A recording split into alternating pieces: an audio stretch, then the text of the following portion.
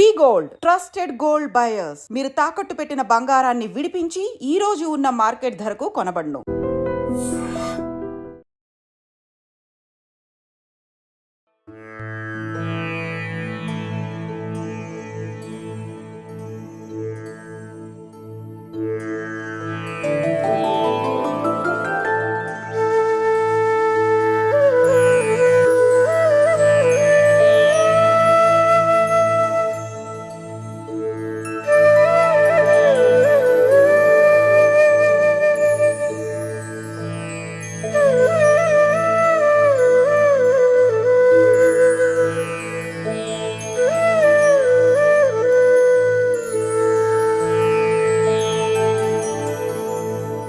पार्वती प्रियपुत्राय पूर्वा संध्या प्रवर्तते उत्तिष्ठ गजराजस्य कर्तव्यं लोकपालनम्। पार्वती प्रियपुत्राय पूर्वा संध्या प्रवर्तते उत्तिष्ठ गजराजस्य कर्तव्यं लोकपालनम्।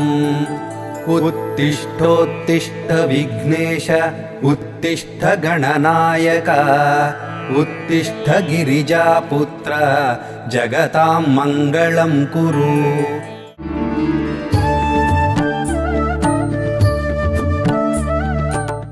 నమస్తే అండి. నమస్తే అండి. మామూలుగా మనకు ఏ ఆలయంలో కూడా గర్భగుడిలోకి వెళ్ళి దర్శించుకునే అంతటి అవకాశం ఉండదు, వెళ్ళకూడదని కూడా చెప్తుంటారు కదా. మరి ఇక్కడ స్వామివారిని గర్భగుడిలోకి వచ్చి మన చేతులతో మన ఇష్టం ఉన్నట్టుగా అలంకరించుకొని పూజలో మనం పాల్గొనే అవకాశం ఉంది. ఎందుకని ఇక్కడ ఇలా జరుగుతోంది? ఈ ప్రత్యేకించి ఆలయం వెనకాల ఏదైనా ఆంతర్యం ఉందా ఇలా రావటానికి, ఇలా దర్శించుకోవటానికి? దాని గురించి తెలియజేయండి. జయగురుదత్త అండి. ఇది చింతామణి గణపతి దేవాలయం.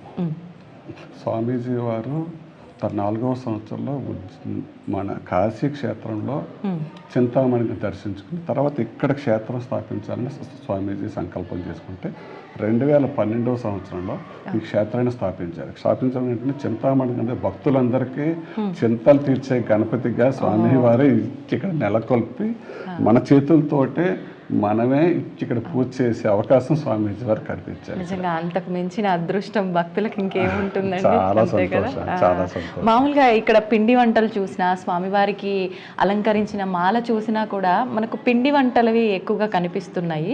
మామూలుగా ప్రసాదాలు అనగానే పరమాన్నాలు, చక్కెర పొంగలి, పులిహోరలు, దద్దోజనాలు ఇవి నివేదన చేస్తుంటారు కదా. ఎందుకని స్వామివారి దగ్గర ప్రత్యేకించి ఇవన్నీ కూడా? స్వామీజీ వారికి ఇష్టమైంది కజ్జికాయలు. కజ్జికాయలు గణపతి అంటేనే కజ్జికాయలు. ఆ కజ్జికాయ మాల ప్రత్యేక దినాల్లో ఇక్కడ ధరించడం జరుగుతుంది. వినాయక చవితికి స్వామీజీ వారు ఈ రోజు వస్తున్నారు కాబట్టి ఆయన చేతుల మీదుగా నివేదన ఇద్దామని స్వామీజీకి సేమివే అందరికీ భక్తులుగా ప్రసాదం ఇస్తారు. స్వామీజీ ఇస్తారు ప్రసాదం. त्रैलोक्य रक्षणकराणि महोज्ज्वलानि श्रीमद्विनायक विभो तव सुप्रभातम्।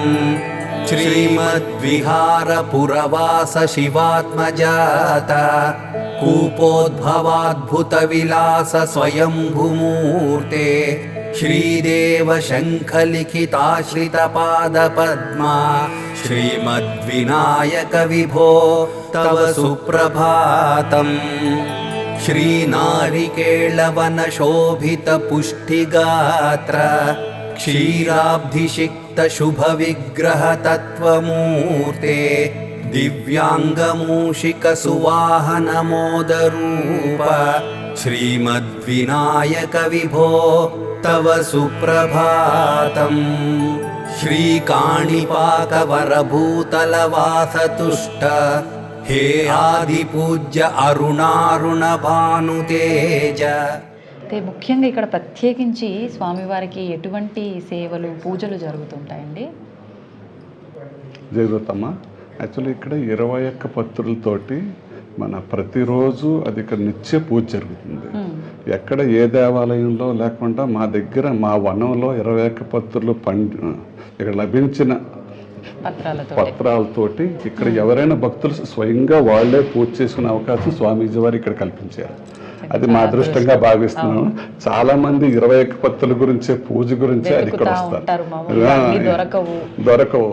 అందువలన మాకు ఇక్కడ అది చాలా ప్రత్యేకత, విశేషం, ప్రత్యేకత. ఓకే. ఇంకా మామూలుగా ఎటువంటి జరుగుతుంటాయి ఇంకా దీంతో పాటు?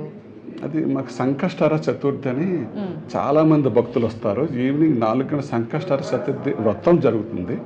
దాంట్లో అభిషేకాలు, పంచామృతాలతో అభిషేకాలు అవి చేస్తారు. ప్లస్ అందరూ ఉండ్రాళ్ళ సేవ బాగా ఎక్కువ ప్రాముఖ్యత.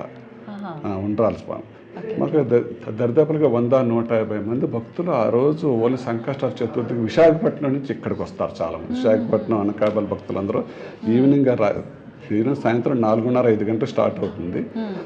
ఆ రాత్రి 8 గంటల వరకు సంకష్టహర చతుర్థి వ్రతం జరుగుతుంది. ఇది ఇక్కడ చాలా ప్రత్యేకత, గణపతికి జరిగే విశేష కార్యక్రమాలు.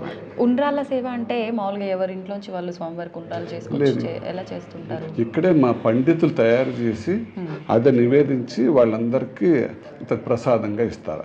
ఆ సేవ ఎవరైనా పాల్గొంటే వాళ్ళందరికీ ఆ ప్రసాదం, స్వామివారి ప్రసాదం అది ఉచితంగా ఇస్తారు, ఇవ్వటం జరుగుతుంది. మామూలుగా ఆ రోజు ఇంకా అభిషేకాలు అన్నారు కదా, ప్రత్యేకమైన అభిషేకాలు ఏమైనా జరుగుతుంటాయా? నిత్యం చేసే విధంగా ప్రత్యేక అభిషేకాలు జరుగుతాయండి. ఆ రోజు ఏంటంటే పాలాభిషేకం ఫస్ట్ చేస్తారు, పంచామృతాలతోటి, అన్ని చెరుకు రసం, అలాగే మొత్తం రసాలతోటి ఒక 15 ప్రత్యేక అభిషేకం చేస్తారు. 15 పళ్ళ రసాలతో చేస్తారు. సాయంకాల సమయంలోనే జరుగుతుందండి. సాయంత్రం సమయం ఇది జరిగిన తర్వాత మీరు చెప్పిన ఉండ్రాల సేవ జరుగుతుంది. ఉండ్రాల సేవ జరుగుతుంది లాస్ట్ లో. ఉండ్రాల స్వామికి నివేదించి అది మన అందరికీ భక్తులు ప్రసాదంగా ఇస్తారు.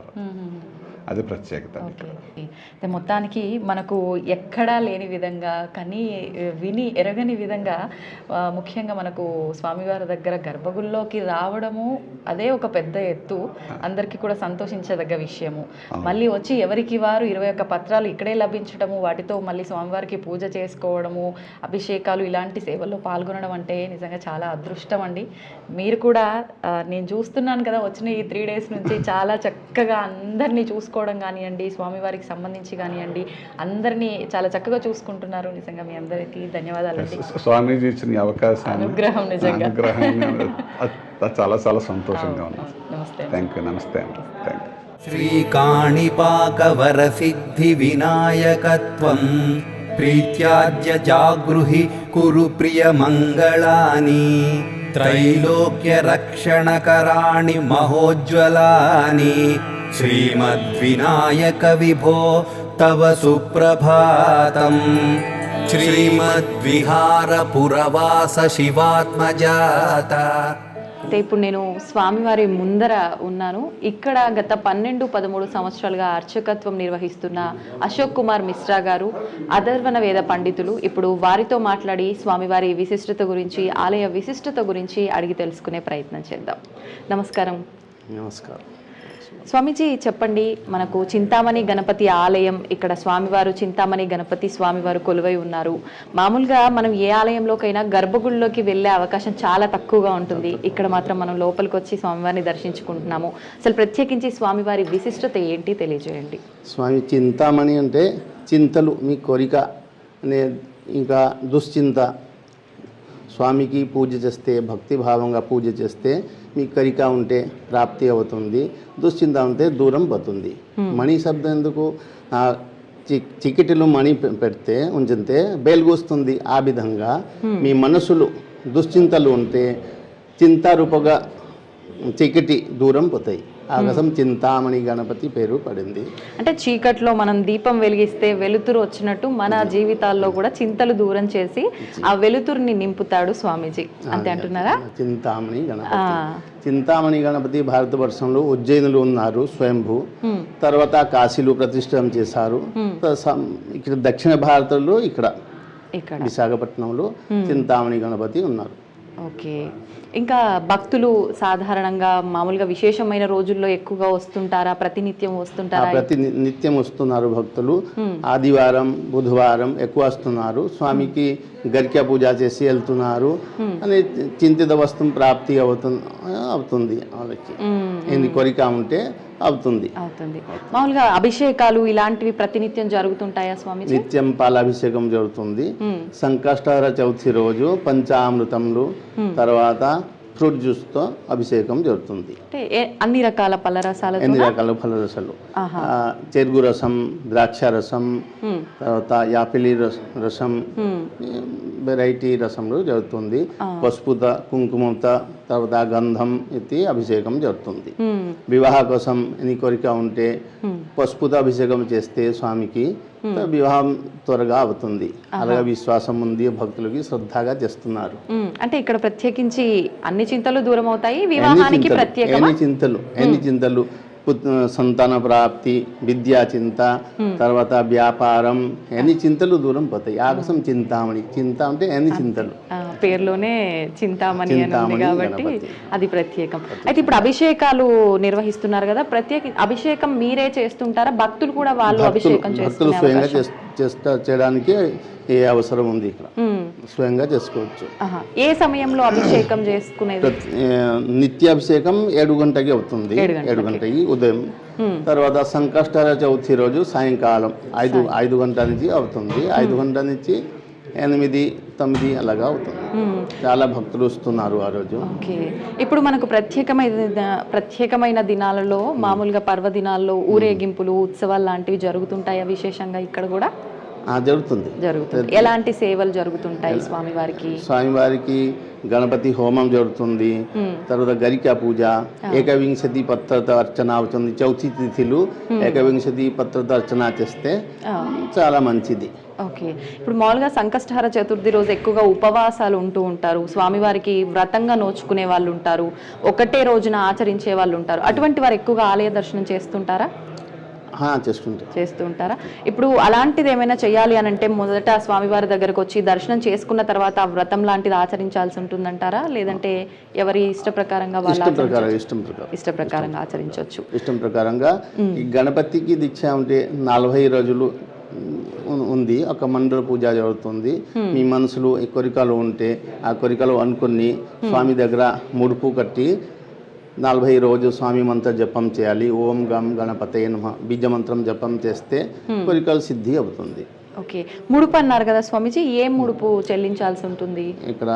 అక్కడ కరక్కాయి, పసుపు కొమ్ములు, యథాశక్తి స్వామికి దక్షిణ బియ్యంతో కట్టి, అక్కడ పసుపుతో కలిసి బియ్యంతో కట్టి పెట్టాలి. ఇప్పుడు మీరు అన్నారు పసుపు కొమ్ములు, ఇవన్నీ కూడా సామాగ్రి ఏదైతే ముడుపుకి వాడుతున్నామో అదంతా సంఖ్య ఏమైనా చూసుకోవాలంటారా? 4 సంఖ్య. స్వామికి 4 సంఖ్య చాలా ఇష్టం. గణపతికి 4 పసుపు కొమ్ములు పెట్టాలా? 4 కరక్కాయి, తర్వాత 4 రూపాయలు కాయిన్స్, బియ్యం యథాశక్తి, ఒక అంజలి మాత్రం బియ్యం, ఒక వస్త్రములు, ఏ పసుపు కలర్ వస్త్రం లేకపోతే రెడ్ కలర్ వస్త్రంతో కట్టి పెట్టవచ్చు. ఇప్పుడు అంటే ఏదైనా మనసులో సంకల్పం చేసుకుని ఆ ముడుపు కట్టి అలానా, లేదంటే కోరిక ఏదైనా చేసుకున్న తర్వాత? ఓకే. అంటే కోరిక నెరవేరిన తర్వాత ముడుపు కట్టడం అలా ఏముండదు, ముందుగానే ముడుపు కట్టాలి. ఓకే. తర్వాత ఇంటి దగ్గర జపం చేసుకోవచ్చు. గణపతి మంత్రం జపం చేసి అయిపోయిన తర్వాత హోమం చేస్తే ఫలసిద్ధి అవుతుంది. అలాగా విశ్వాసం ఉంది, శ్రద్ధంగా చేస్తే అవుతుంది. శ్రద్ధాభావాలు చేయాలి, భక్తి భావంగా శ్రద్ధాలు చేస్తే అవుతుంది. విద్యా బుద్ధి అని సిద్ధి అవుతుంది. ఇప్పుడు ఇక్కడ ప్రతిష్ఠించిందేనా స్వామివారి విగ్రహం స్వయంభూగా వెళ్ళటం అలాంటిది ఏమైనా ఉందా? స్వామిజీ ప్రతిష్ఠించిన విగ్రహం ఇక్కడ హోమం చేశారు. ప్రత్యక్షంగా స్వామికి దర్శనం అయింది. అక్కడ ఫోటో ఉంది, ఇక్కడ ఎంట్రన్స్ లో స్వామికి ఇక్కడ చూపిస్తాను మీకు. సరే, ఇది ఇదిగా ఉజ్జయిన్లో ఉన్నారు, స్వయంభూ ఉన్నారు. ఇది ఇచ్ఛామణి, చింతామణి, సిద్ధిదాత.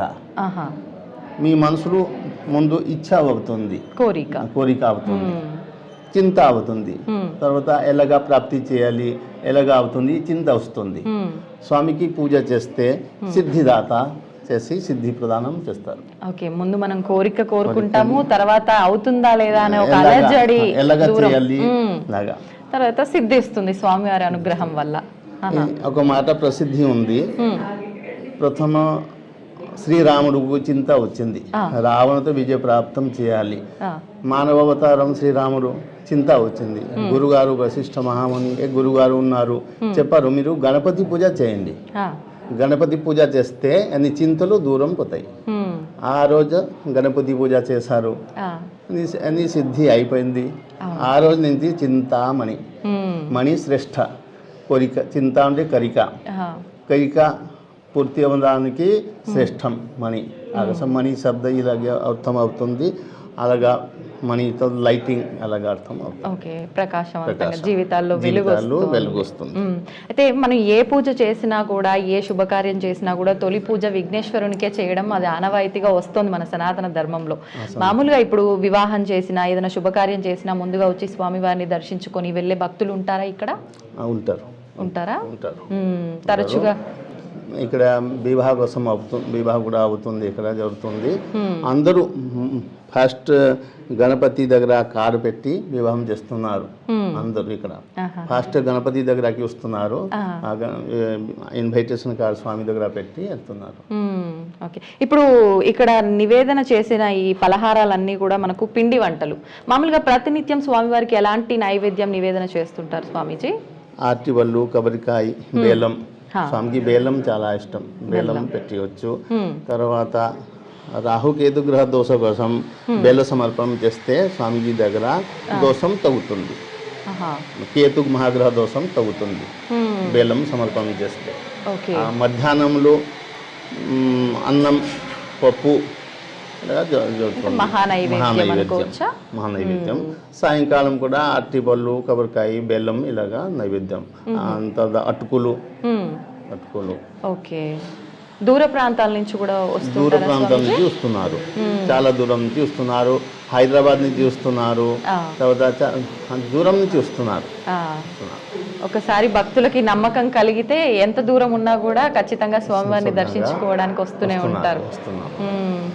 సంతోషం స్వామిజీ, చాలా మంచి విషయాలు తెలియజేశారు. స్వామివారి విశిష్టత గురించి చాలా గొప్పగా మీ మాటల్లో తెలియజేసినందుకు కృతజ్ఞతలు. ధన్యవాదం. మీకు శ్రద్ధంగా ఉంది స్వామితో, చాలా ధన్యవాదములు. నమస్తే స్వామి. జై గురుదత్త. జై గురుదత్త.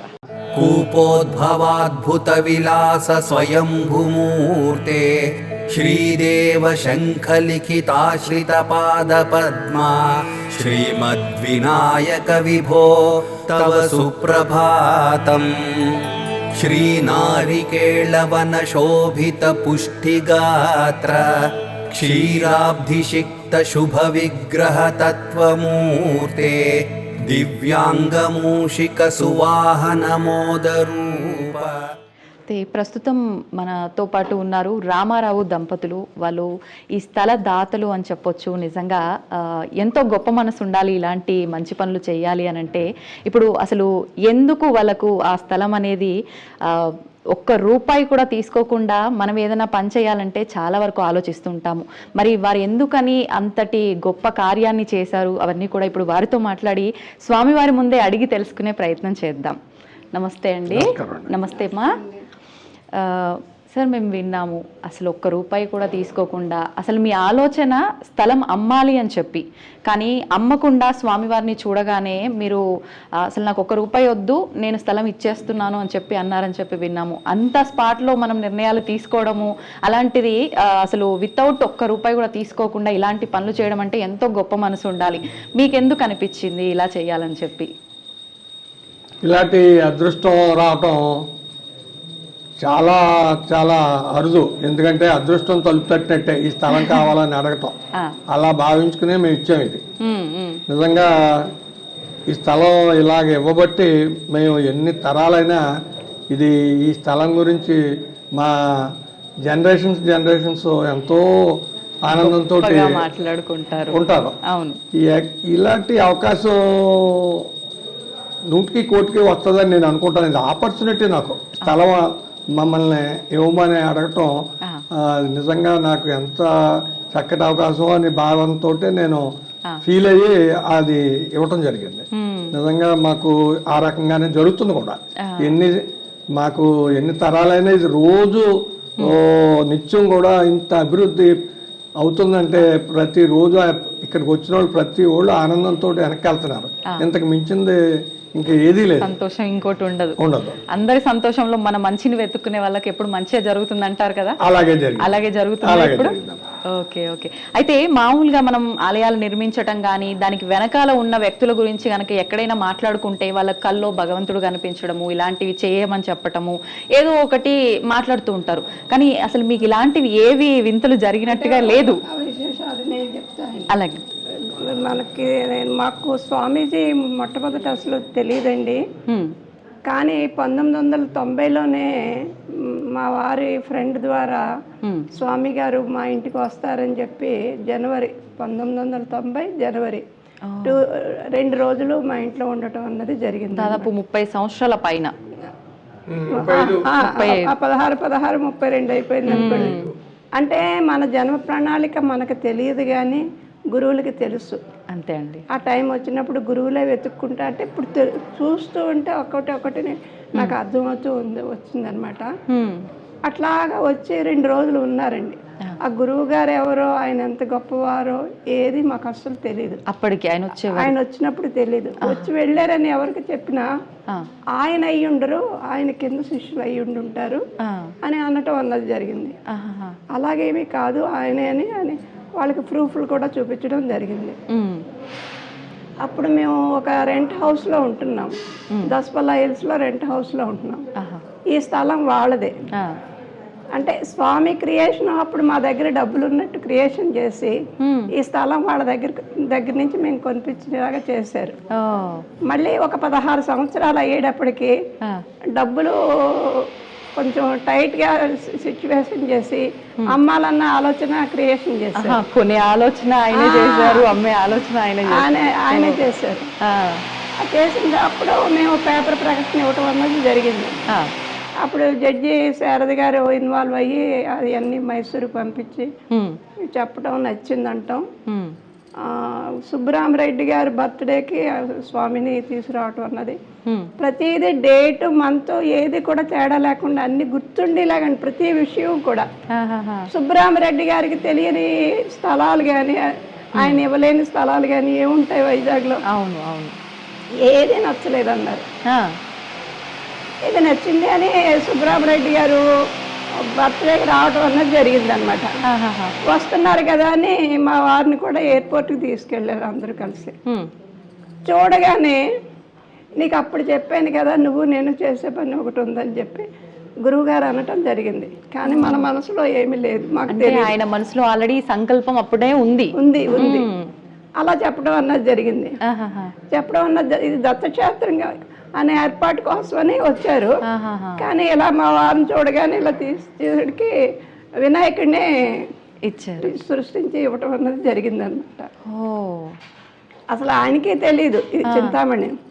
కానీ 2006లో మేము ఇచ్చిన తర్వాత దసరాకి 2 అని పిలిచారు, వెళ్ళటం అన్నది జరిగింది. అప్పుడు గురువు గారి గురుచరిత్ర బుక్ కొనుక్కోవడం అన్నది చేశారనమాట. ఆ బుక్ లోనే చింతామణి గణపతి అన్ని క్షేత్రాల కల్లా విశిష్టమైన క్షేత్రం అవుతుందని ఆ బుక్ లో రాయబడి ఉంది ముందుగానే మేము ఇచ్చేటప్పటికే. అది చదివినా గానీ మాకు అప్పటికి అర్థం కాలేదు. చదవగా ఈ క్షేత్రం యొక్క వాల్యూ ఏంటన్నది మాకు అర్థమవుతూ వచ్చింది అనమాట. అప్పుడు ఇంకా ఆ ఎనర్జీలు మాకు పెరుగుతూ వచ్చాయి. ఈ జన ప్రణాళికే ఇది, మేము ఇందుకోసమే పుట్టాం. నిజంగా భగవంతుడు ఎవరినో ఒకరిని అలా ఎంచుకుంటాడు, ఒక కుటుంబాన్ని ఆయనకు సంబంధించిన క్రతువులన్నీ చేయించుకోవడం కోసం. మళ్ళీ ప్రతిష్టాపనప్పుడు కూడా చెప్పారు ఈ మునిలు తిరిగిన స్థలం అదేని చెప్పి, అంటే ఆ గోత్రమే మళ్ళీ ఆ గోత్రం కూడా మాదే. అట్లా కనెక్షన్ అన్న ఈ ఊరికే రాలేదు. గురువులతో ఊరికే పరిచయం, దగ్గరికి వెళ్ళాలంటేనే ఎంతో అదృష్టం ఉంటేనే కానీ మనం వెళ్ళాం. ఇంత మహాభాగ్యాన్ని ఆయన కల్పించినందుకు ఏమిచ్చినా ఆయనకి ఇంత అద్భుతమైన క్షేత్రంగా మనకి తయారవుతుంది. రోజు రోజుకి దినదిన అభివృద్ధి అవుతుంది. చాలా చాలా ఆనందంగా ఉందండి. సంతోషం అమ్మా, నిజంగా మీతో మాట్లాడినందుకు నాకు చాలా సంతోషంగా ఉంది. ధన్యవాదాలు.